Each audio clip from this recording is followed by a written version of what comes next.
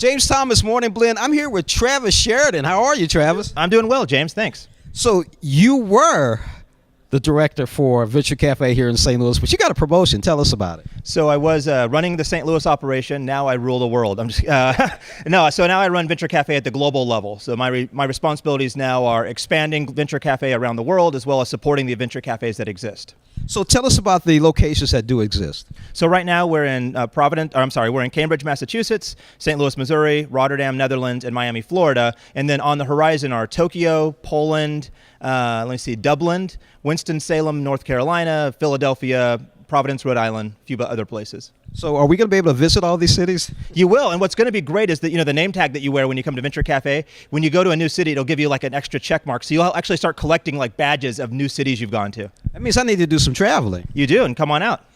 What is so unique about Venture Cafe here in St. Louis?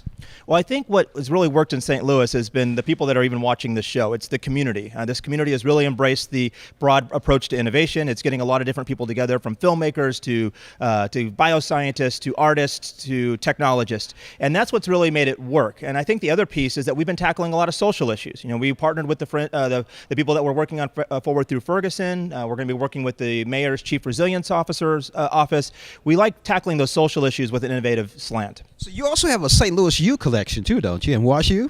Well, yes. Washington University, Dedrick Carter sits on my board.